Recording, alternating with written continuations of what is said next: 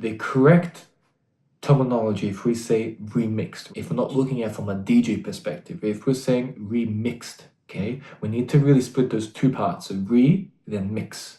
That means you're on the computer and you did a new mix of that song. When we have a production, we finish the production, we go into mixing stages. So essentially what that mixing stage is you're balancing things out. The core component there is balancing things out. You want to make sure the bass is working well with the drums. You want to make sure that things are balanced out. You don't want to make sure the vocal's too loud compared to, you know, instrumentation, things of this nature, right? Then we go in deeper and then we look at, are things interfering with each other? Is, you know, the drums, are they interfering with the bass or something like that? You know, is the bass clear, etc. When we approach that, then we can say, okay, we took this song and remixed it. We didn't touch the structure or anything like that. When we take a cappella of a song, right, if we'll say, you know, there's a remix competition. Now you might think this is, oh, what's the word? Pompous, or there's a word for that. Nothing like that. It's just using correct terminology. When we take an a cappella of a song and we have like a remix competition, what you're doing is you're essentially remaking the song in your own interpretation, okay? You're not remixing the work. You are creating essentially an alternate version of that song.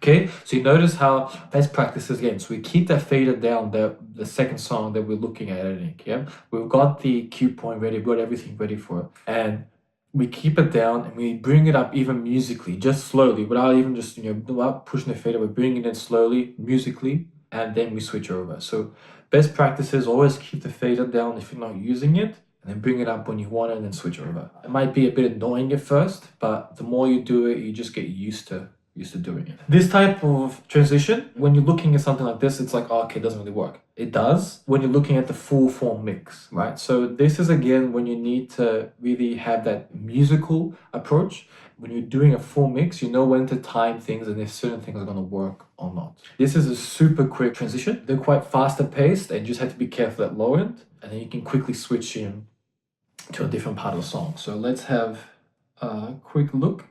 Okay. So the wait for that vocal to finish. So how I'm approaching this? Well, I'm looking at the waveform and I'm saying, okay, so that moment's gonna finish and we're gonna have a bar of space, and I know that if I don't attack it right there, it's not gonna work. Here, I like keeping those sort of moments clean. Well, what just happened? A moment, and it really draws your attention in because the groove's slightly off, slightly different, and you have this completely new atmosphere and tone. This is when you're really deeper into the mix. We're almost the finishing line, right? And then you're able to really be a little more aggressive. And the mix is a little more forgiving. You can be a little more creative and flexible in your transitions.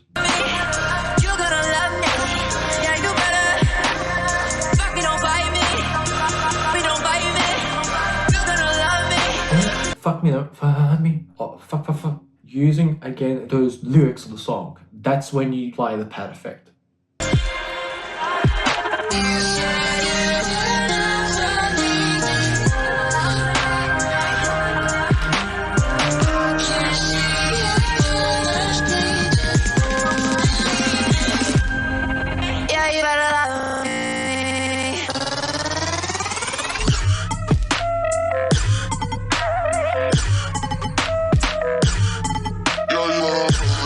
Okay, so now you hear the music, right? So it's you have this sort of higher pitched, a fluty sort of synth sound, and for me, I'm like, awesome, I can use that and let's go to town with that and have a bit of fun. So you can turn off the master tempo in this scenario and really just have a bit of fun with that. Or you can keep it on and just allow it to be a little bit slower and faster and slower. Instead of being like, ooh, it could be, ooh, ooh, ooh. Okay, again, again, just having a bit of that detune, keeping it just a bit of old school. Not everything has to be pitch perfect 100% of the time. You can add a bit of that flair, add a bit of that human touch to things.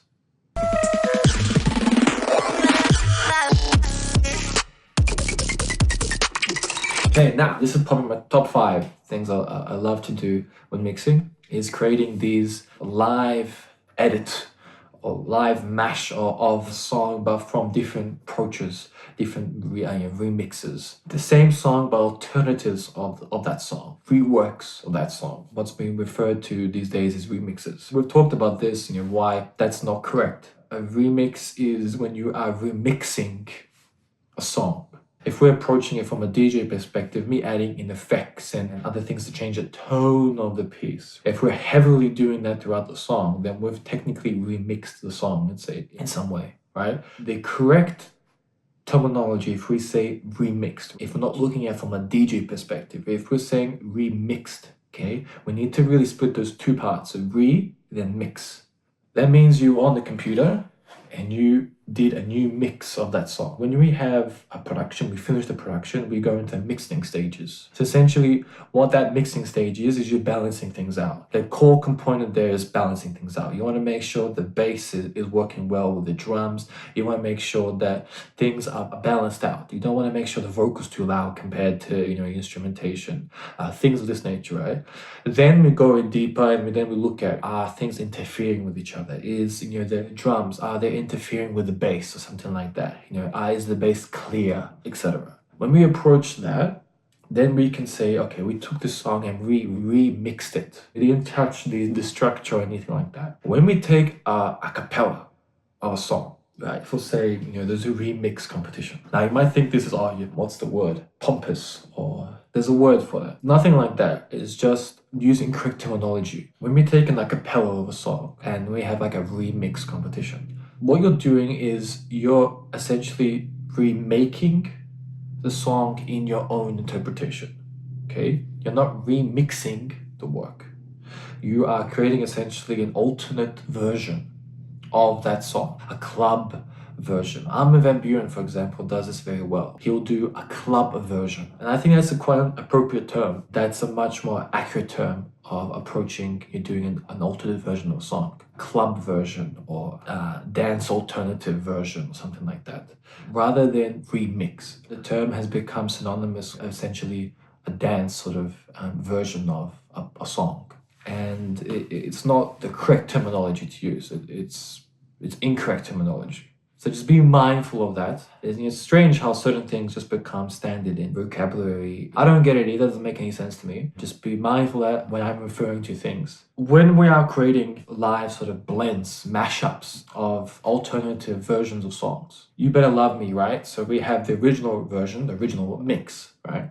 We're creating an alternate version of that song. The original mix, we're using a club version, we're using maybe a dubstep influenced version, maybe an 80s style sort of dance club version. We're using different versions of the song that have been created with the same a cappella. You can then take a verse of one, a chorus of another, a breakdown of another, and you can then have 3 or 4 different versions of that song that you can mash together. And that's what we're doing here, right? So we're in a verse of another, but then we're using the cue point, we're switching over to the chorus of another, like a drop of another. And then you can have the same song, which is 3.5, 4 minutes, right? 3 or 4 different versions of that song in that one little mash. So you're creating a unique, not just moment, but an experience in that mix. You can say, oh man, when they play, when they mixed all that stuff together for that one song, it's such a cool, I love that version, and I love that version of a song. It's so cool that you're blending those two together. So that's something I would encourage you guys to try. If you love one version of a song, fantastic, and you love another one, and you love a third one, of that same song, blend those all together. Nothing's stopping you from doing that.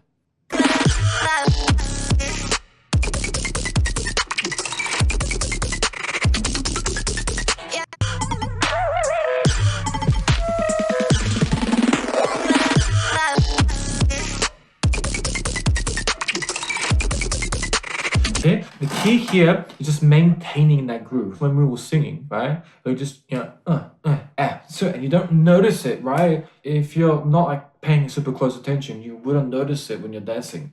And that's key. That's what you want. I would say that when you are doing something like this, that would be the first thing to look at. Really making sure that if it's 1, 2, 3, 1, 2, 3, and that way it all works as one. Now that's not to say you can't add in those secondary beats. I mean, you just can't add in those like off groove moments if you really want to make noticeable. I'm just saying, if you're starting off doing something like this, if you want to do it for the first time, focus on making sure you're maintaining the groove, and then you can build up from there.